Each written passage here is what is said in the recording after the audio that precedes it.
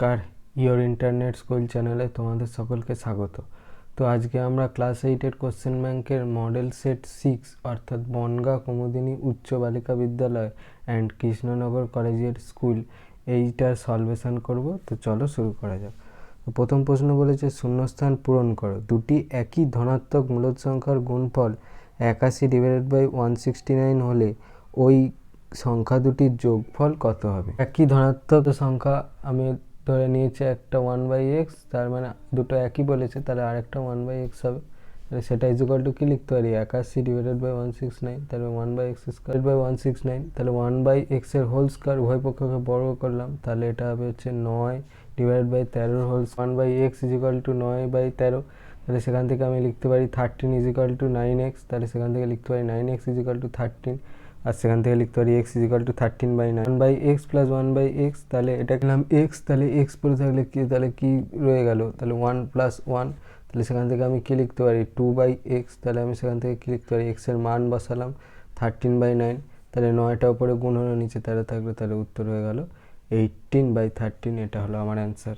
1-2, 968কে কোন ক্ষুদ্রতম ধনাত্মক পূর্ণ সংখ্যা দিয়ে গুণ করলে গুণফল পূর্ণ ঘনসংখ্যা হবে তা নির্ণয় করো। 968কে আমি ভেঙে নিলে আমি পাচ্ছি 2 × 2 × 2 × 11 × 11, তাহলে আমার 11 শর্ট পড়ছে, তাহলে সেই 11টা গুণ করলেই তাহলে হচ্ছে 968 একটা পূর্ণঘন সংখ্যা হবে। তাহলে 11 × 968 করলাম, তার মানে 10,648, যা একটা পূর্ণঘন সংখ্যা। তাহলে এখানে চেয়েছে কোনটা দিয়ে গুণ করলে এই 968টা একটা পূর্ণঘন হবে, তার মানে 11 দিয়ে গুণ করতে হবে, তার মানে উত্তরটা হবে হচ্ছে 11।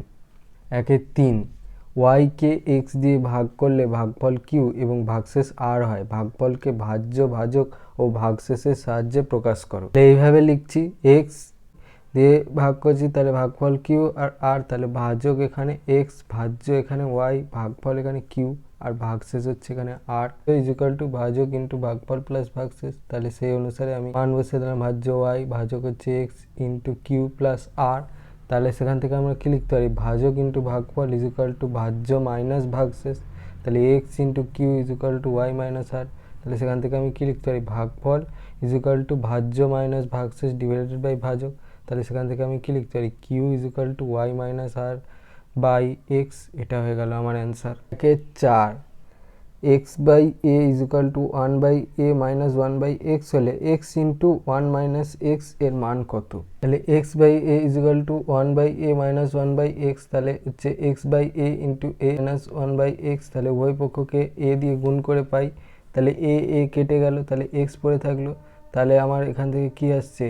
a/a, এটাকে যদি আমি আবার গুণ করি, তাহলে a/a মাইনাস a/x, a কেটে গেল, তাহলে x equal two 1 minus a/x, তাহলে আবার উভয় পক্ষকে আমি x দিয়ে গুণ করব, তাহলে x into x equal to x, ব্র্যাকেটের মধ্যে 1 minus a/x equal to x minus a x divided by x, তাহলে x কেটে গেল, তাহলে x² equal to x minus a। আবার সেখান থেকে আমি কি লিখতে পারি? x² minus x plus a equal to 0। আবার সেখান থেকে আমি কি লিখতে পারি? Minus x plus x² equal to minus a. এবার এখানে মাইনাস কমন নিলে, তাহলে x minus x² equal to minus a, minus minus কেটে গেল, তাহলে x minus x² equal to a. তাহলে x ইন্টু 1 মাইনাস x এর মান কী হবে? এটাকে আমি একটু সিম্পলিফাই করে নেব যাতে এই ফরমেশানটা আসে। তাহলে সেটা করলে x মাইনাস x², তাহলে এক নম্বর সমীকরণ অনুসারে কি লিখতে পারি? x minus x² equal to a. আবার এটাকেই যদি আমি আবার ঘোরাই, তাহলে এই মানটা পাবো, তাহলে x 1 মাইনাস x এর মান কত হবে? a। 5, x minus a into x minus b into x minus c dot dot dot dot x minus Z এর গুণফলের মান কত? Minus a, x minus b, x minus c, এরকম করতে করতে x মাইনাস x আসবে একটা সময় গিয়ে, x minus y, x minus z, আর x মাইনাস x মানে কাটাকাটি করলে 0 হচ্ছে, তাহলে 0-এর সঙ্গে যা গুণ করবে সব 0 হবে, তাহলে গুণফলের মান হবে 0। 1/6, শতকরা হিসেবে 25% হলে পাইচিত্রে বৃত্তকলার কেন্দ্রীয় কোণ কত হবে? কেন্দ্রীয় কোণ বের করতে গেলে 360 দিয়ে গুণ করতে হবে, আর শতকরা বলেছে, তার মানে 25/100 হবে, তাহলে 25/100 ইন্টু 360 কাটাকাটি করে 90 ডিগ্রি, তাহলে পাইচিত্রে বৃত্তকলার কেন্দ্রীয় কোণ ইকুয়াল টু 90 ডিগ্রি। 1/7 দুটো সন্নিহিত কোণের মান সমান এবং তারা পরস্পর সম্পূরক কোণ হলে কোণ দুটির প্রতিটির মান কত? 7 দেখো এইখানে আমি একটা কোণ তারা সন্নিহিতভাবে আছে, তাহলে কোণ দুটোর প্রতিটির মান 90 ডিগ্রি হবে, তাই সেটাই লিখেছি 90 ডিগ্রি আর 90 ডিগ্রি। 1/8 শূন্যস্থান পূরণ করা দুটি সন্নিহিত কোণের সমষ্টি ড্যাশ হলে বহিস্থ বাহুদ্বয় ড্যাশ ভাবে অবস্থান করে। তবে দুটো সন্নিহিত কোণের মান 180 হলে দুটো সন্নিহিত কোণ লেখায় অবস্থান করবে। এক -4/3 ও 3/7 এর মধ্যে চারটি মূলদ সংখ্যা 4/3 ও 3/7 বলেছে আমাকে, তাহলে এর মধ্যে দুটো মূলদ সংখ্যা লিখতে হবে। তাহলে 3 × 7 তাহলে 21 করে নিলাম। তাহলে হচ্ছে আমার তলাটাকে 21 করতে গেলে তাহলে 3-এর সঙ্গে 7 গুণ করলে 21, সেটা করলাম। উপর নিচে এক জাতীয় রাশি দিয়ে গুণ করলাম, তাহলে -28/21। আর একটা হচ্ছে 3/7 মানে 3 × 3 আর 7 × 3 মানে 7 × 3 21 হয়, তাহলে উপর নিচে এক জাতীয় রাশি দিয়ে গুণ করলাম, তাহলে 9/21। তাহলে আমার যে চারটে মূলদ সংখ্যা সেটাই 9/21 থেকে -28/21 এর ভিতরে হতে হবে। -4/3 ও 3/7 এর মধ্যে চারটি মূলদ সংখ্যা হচ্ছে 8/21, 7/21, 6/21 ও 5/21। 2-2 a - 1/9a = 1 হলে দেখাও যে 81a³ - 1/9a³ = 108। a - 1/9a = 1, তাহলে 81a³ - 9a³ প্রদত্ত সমীকরণ থেকে শুরু করছি, প্রদত্ত মানে যেটা দেওয়া আছে এইটা। তাহলে a - 1/9a = 1, এখান থেকে a এর মান বের করে নেব, = 9a + 1/9a। তাহলে উভয় পক্ষকে 9a দিয়ে গুণ করে পাই করে নিয়েছি 9a² = 9a + 1 আর 9a² - 1 = 9a। তাহলে 9a² - 1 = -9x - 1 = 0। তাহলে এটা একটা দ্বিঘাত সমীকরণ, যার সমাধান কি হবে? a ± √(-9a² + 4 × 9 × 2 × 9, তাহলে 9 ± 81 + 36/18, তাহলে 9 ± √177/18, তাহলে 9 ± 3√13/18, তাহলে 3 দিয়ে কাটলে এটা 6, তাহলে হচ্ছে আমি এখান থেকে লিখতে পারি 3 ± √13/6। 81a³ - 1/9a³ এর মান বের করতে হবে। তাহলে প্রথমে a + 1/3 এর মান নির্ণয় করি। +1/3 তাহলে সেখান থেকে লিখতে পারি a - 1/9a + 4/9a, সেখান থেকে লিখতে পারি 1 + 4/9a। এখন +1/3 এর ঘনফল নেওয়া যাক, তাহলে সেখান থেকে লিখতে পারি a³ + 1/27a³ + 3 × a × 1/3a × a + 1/3a, তাহলে a + a³ + 1/27a³ + 1 + 4/9a, এটা হচ্ছে মান বসিয়ে পাই। এখন a + 1/3 = 1 + 4/9a এর ঘনফল নির্ণয় করব, তাহলে 1 + 4/9 এর কিউব, তাহলে 1 + 12/9a + 48/81a² + 64/a³, তাহলে এগুলো সব কাটাকাটি করলাম, তাহলে 4 3 হলো, আর এটা কাটাকাটি করলে হচ্ছে 27, আর এটা কাটাকাটি করলে হচ্ছে 16, মানে 3 দিয়ে কাটাকাটি হয়েছে। a³ + 1/27a³ এর মান বের করা যাক, তাহলে a³ + 1/27a³ = 1 + 4/9a³ - 1 + 4/9a - 4/3a -16/27a² - 64/729a³। এবার হচ্ছে 1a³ - 1/9a³ এর মান বের করার চেষ্টা করব। তাহলে প্রথমে a - 1/9a = 1 থেকে a³ - 1/729a³ এর মান নির্ণয় করব। তাহলে a - 1/9a³ = a³ - 1/729a³ - 3 × a × 1/9a, a - 9a = 3 এর কিউব - 1/729a³ - 1/3 × 1, তাহলে 1 = a³ - 1/729a³ - 1/3, তাহলে a³ - 1/729a³ = 1 + 1/3, তাহলে a³ - 1/729a³ = 4/3। তাহলে এখন 81a² এর মান নির্ণয় করি। 81a³ - 1/9a³, তাহলে 81 কমন নেব, তাহলে a³ - 1/729a³, তাহলে 81 × 4/3 এইটার মান বসিয়ে পেলাম এইটা, তাহলে 3 দিয়ে কাটলে 27, তাহলে 27 × 4 108। তাহলে সেখান থেকে আমি কি প্রুভ করতে পারলাম, 81a³ - 1/9a³ = 108, এটা প্রুভ। 3 m + 1/m = -2 হলে m⁴2024 + 1/m⁴2023 এর মান নির্ণয় কর। 3 m + 1/m = -2, তাহলে সেখান থেকে m এর মান বের করব, m² + 1 = m = -2, তাহলে m² + 1 = -2m, তাহলে m² + 2m + 1 = 0, তাহলে m + 1² = 0, তাহলে m + 1² = 0², তাহলে m + 1 = 0। এবার এই m + 1 = 0, তার মানে m = -1, তাহলে এই m এর মানটা এখানে বসাবো, সেইটা বসিয়েছি। আর এখানে যদি জোড় সংখ্যা থাকে তাহলে হচ্ছে প্লাস হয়, আর যদি এখানে বিজোড় সংখ্যা থাকে তাহলে এটা মাইনাস হয়। এখানে 24-এর 4 জোড়, সেই জন্য 1 হলো, আর এখানে দেখো বিজোড়, সেই জন্য মাইনাস হলো। আর প্লাসে মাইনাসে ভাগ করলে হয় মাইনাস, সেই অনুসারে মাইনাস কাটাকাটি করলে 0 অ্যান্সার হয়। তাহলে m⁴2024 + 1/m⁴2023 এর মান হবে 0, এটা হয়ে গেল আমার অ্যান্সার। আর একটা আয়তক্ষেত্রের পরিসীমা 54 মিটার, দৈর্ঘ্য প্রস্থের দুগুণ, আয়তক্ষেত্রটির ক্ষেত্রফল কত? ধরি দৈর্ঘ্য = 2x আর প্রস্থ = x, তাহলে আয়তক্ষেত্রটির পরিসীমা কত? 54 মিটার। তাহলে শর্ত অনুসারে আমি কি লিখতে পারি, 2 × x + x = 54, মানে 2 × দৈর্ঘ্য প্লাস প্রস্থ, সেই ফর্মুলা অনুসারে লিখলাম। তাহলে 4x + 2x = 54, তাহলে 6x = 54, x = 54/6, তাহলে x = 9, তাহলে দৈর্ঘ্য কত হবে, 2 × 9 18 মিটার, আর প্রস্থ হবে 9, তাহলে আয়তক্ষেত্রটার ক্ষেত্রফল কত হবে, 18 × 9 বর্গমিটার, তাহলে 162 বর্গমিটার।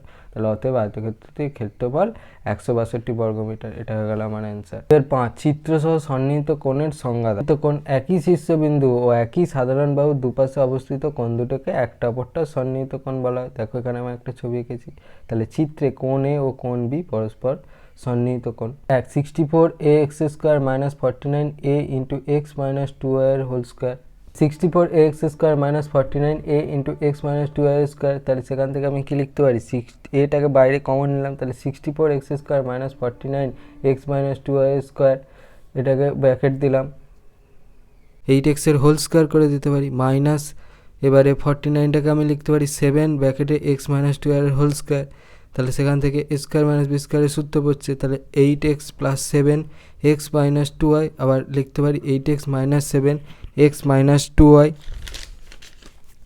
তারপর আমি সেখান থেকে লিখতে পারি যে a ব্র্যাকেটে 8x + 7x - 14y, আর এখান থেকে লিখতে পারি হচ্ছে 8x, 7 এর সঙ্গে x গুণ করলে -7x, আর মাইনাস মাইনাসে প্লাস 7 × 2, তাহলে 14y², তাহলে সেখান থেকে লিখতে পারি 15x - 14y আর x 15y, এটা হয়ে গেল আমার অ্যান্সার।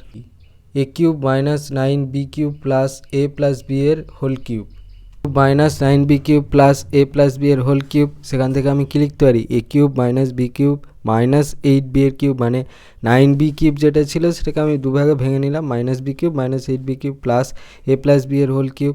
এবার এটাকে একটা আলাদা করলাম, করে সূত্র ফেলবো, আর এটাকে আলাদা করে সূত্র ফেলবো, তাহলে a³ - b, এইটাকে আমি আগে লিখেছি, এইটাকে পরে লিখেছি সূত্রে ফেলার সুবিধার জন্য, সেই জন্য প্লাস আমি কমন নিয়েছি, তাহলে প্লাস কমন নিলে a + b এর কিউব, আর এদিকে -2b এর whole cube, a - b × a² + ab + b², আর ওখান থেকে কি লিখতে পারি, a - b - 2b × a + b এর whole square + 2b × a + b + 4b², তাহলে সেখান থেকে আমি কি লিখতে পারি, a - b a² + ab + b² + a² + 2ab + 2ab + 2b² + 4b², তাহলে সেখান থেকে আমি কি লিখতে পারি, a - b 2a² + 2b² + 5ab + 4b², b, তাহলে 2a² + 5ab + 8b², এটা হয়ে গেল আমার অ্যান্সার। 3 2 অথবা m³ - n³ - m × m² - n² + n × m - n², তাহলে m³ - n³ - m × m² - n² + n × m - n², তাহলে সেখান থেকে আমি কি লিখতে পারি, m³ - n³ - m³ + n²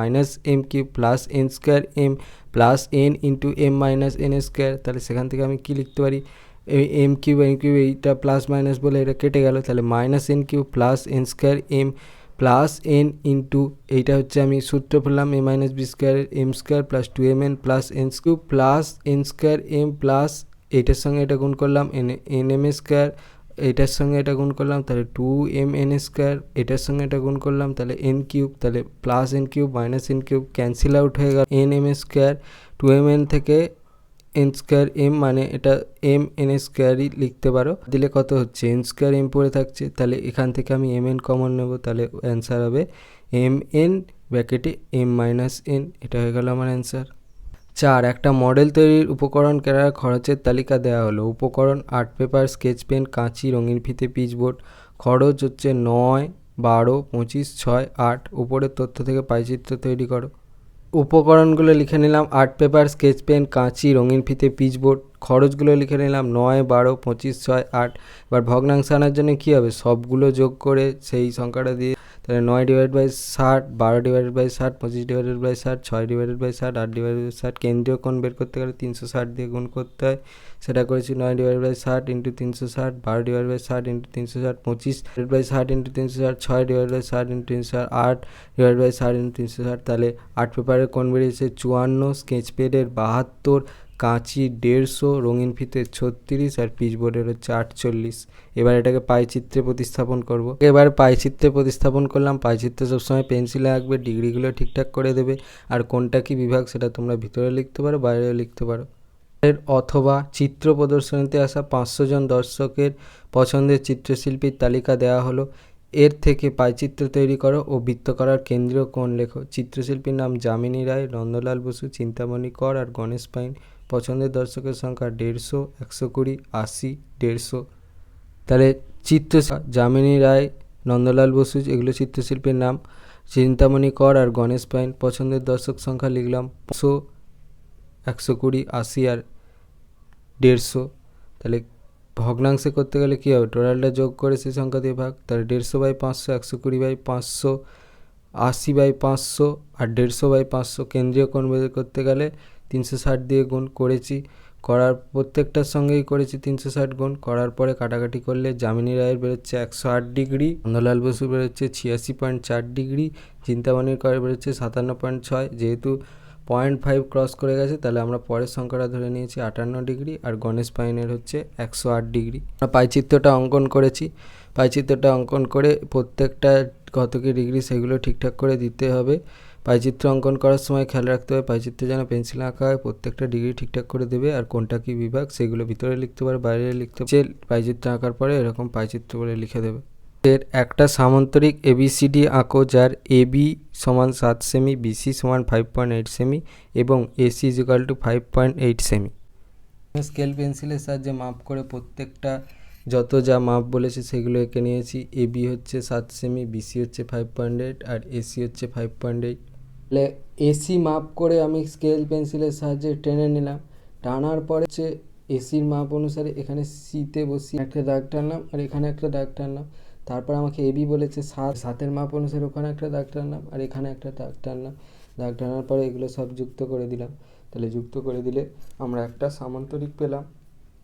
তাহলে লিখতে পারি ABCD সামান্তরিকের AB 7 আর হচ্ছে BC 5.8 আর AC হচ্ছে 5.8। যদি এই ভিডিওটাকে ভালো লেগে থাকে তাহলে ভিডিওটাকে অবশ্যই একটা লাইক করো আর আমাদের চ্যানেলটাকে অবশ্যই সাবস্ক্রাইব করে দিও। এই ধরনের আরও ভিডিও পেতে গেলে চ্যানেলটা সাবস্ক্রাইবের সাথে সাথেই পাশে থাকা বেল আইকনে গিয়ে অবশ্যই ক্লিক করে দিও, যাতে করে এই ধরনের ভিডিও আপলোড হলে তার নোটিফিকেশান তোমরা সাথে সাথে পেয়ে যাও। তো আজকের মতো ভিডিওটা এই পর্যন্তই, দেখা হচ্ছে পরবর্তী ভিডিওতে।